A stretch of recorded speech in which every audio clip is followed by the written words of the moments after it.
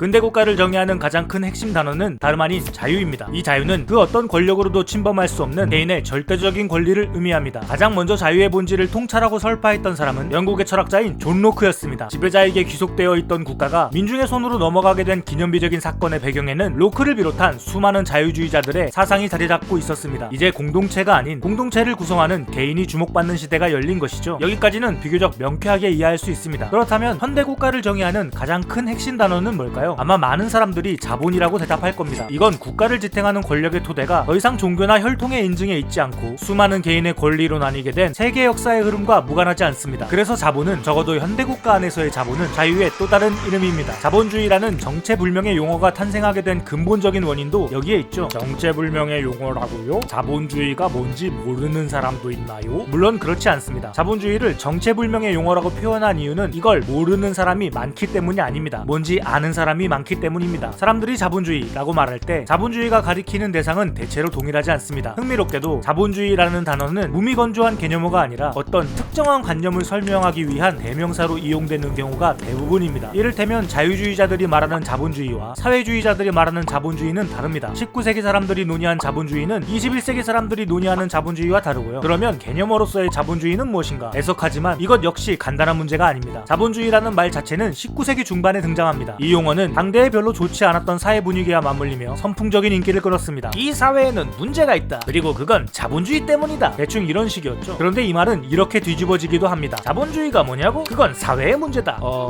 뭔가 좀 이상하죠? 사회의 문제? 그건 자본주의다. 자본주의? 그건 사회의 문제다. 사회의 문제? 그건 자본주의. 지금도 많은 경제학자들이 자본주의라는 단어를 외면합니다. 오늘날의 경제 형태를 정확하게 지칭하는 시장경제라는 멋진 단어가 있거든요. 화폐를 매개체로 가치 있는 것을 주고받는 경제체제를 가리킨다는 점에서 시장경제는 자본주의와 아주 유사합니다. 하지만 시장경제는 자본주의의 대체어가 될 수 없습니다. 왜냐하면 자본주의는 자유로운 시장을 전제로 하는 시장경제가 탄생하기 전부터, 아니 자본주의라는 용어가 생기기 훨씬 전부터 존재했으니까요. 세계에 존재하는 모든 국가는 상호 불간섭을 원칙으로 하는 국제법을 토대로 각자의 주권을 챙깁니다. 이건 평화로운 공존을 위한 선택이었고 대단히 성공적인 성과를 거뒀습니다. 국제법이 없던 과거에는 현재보다 훨씬 많고 다양한 종류의 전쟁이 끊이지 않고 벌어졌습니다. 이때의 국가는 생존을 위해 뭉친 과격한 폭력 집단의 모습을 하고 있었습니다. 지배자들의 최우선 과제는 일단 나라가 망하지 않게 하는 것, 다시 말해 전쟁 수행 능력을 키우는 것일 수밖에 없었죠. 그리고 전쟁은 공짜가 아니었습니다. 근대 국가에서 자본의 축적은 개인이 누리는 삶의 질적 향상과는 아무런 관계없이 이루어졌습니다. 전쟁은 언제나 예상치 못한 순간에 벌어졌고 따라서 국가는 모든 순간에 대비하고 있어야 했습니다. 나라의 부를 늘리는 일은 언젠가 벌어질 전쟁에서 승리하기 위한 길이었죠. 15세기부터 17세기까지 이르는 유럽의 대항해 시대는 더 많은 자본을 끌어모으기 위한 국가들의 치열한 무역 경쟁에서 비롯됐다고 봐도 무방합니다. 자연스럽게 자본주의는 국가의 투철한 목적의식과 철저한 운영체계에 의해 관리되었습니다. 당시의 무역 원칙은 수입을 억제하고 수출을 늘려 얻은 수익으로 최대한 많은 전쟁 자금을 비축하는 것이었습니다. 때문에 당시의 기축통화였던 금과 은을 들여오는 것은 적극적으로 장려되었지만 거꾸로 내보내는 것은 거의 허락되지 않았습니다. 국가는 거대한 자금을 직접 운영하거나 또는 운영할 능력이 있는 이들에게 일정 부분 의탁하면서 다방면으로 사업을 진행했습니다. 여기에는 필연적으로 국가와 국가가 지목한 이들이 주도적으로 시행한 수많은 규제와 특혜가 뒤따르게 되었죠. 지배자와 소수의 자본가가 맺은 동맹, 이른바 중상주의의 시작이었습니다. 한편 18세기 중후반 영국에서는 귀족의 자제와 함께 유럽 전역을 돌며 경제학에 흥미를 붙이기 시작한 어떤 철학자가 있었습니다. 1764년부터 1766년까지 2년에 걸친 여행을 마친 이 철학자는 영국으로 돌아와 자신의 생각을 정리하면서 틈틈이 시간이라도 때울 겸 책을 한 권 쓰기 시작합니다. 철학자가 집필한 책은 정확히 10년 뒤인 1776년 북부의 본질과 원인에 대한 탐구